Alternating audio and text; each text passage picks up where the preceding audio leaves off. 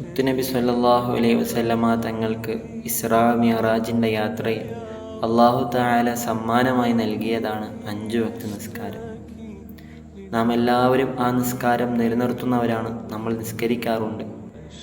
എന്നാൽ പരിശുദ്ധമായ ഖുർആനിലൂടെ അല്ലാഹു തആല പറയുന്നു, ഖദ് അഫ്ലഹൽ മുഅ്മിനൂൻ അല്ലദീന ഹും ഫീ സ്വലാത്തിഹിം ഖാശിഊൻ.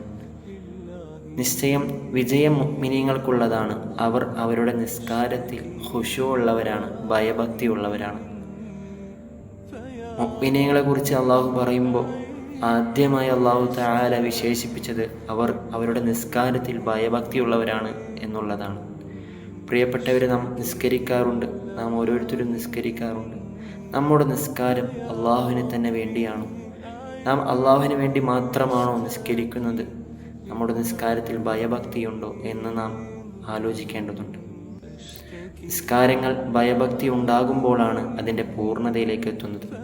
അല്ലാഹു തആല അവനിഷ്ടപ്പെട്ട രൂപത്തിൽ നിസ്കരിക്കാൻ, ഭയഭക്തിയോടുകൂടി നിസ്കരിക്കാൻ നമുക്ക് തൗഫീഖ് ചെയ്യട്ടെ. അസ്സലാമു അലൈക്കും വറഹ്മത്തുള്ളാഹി.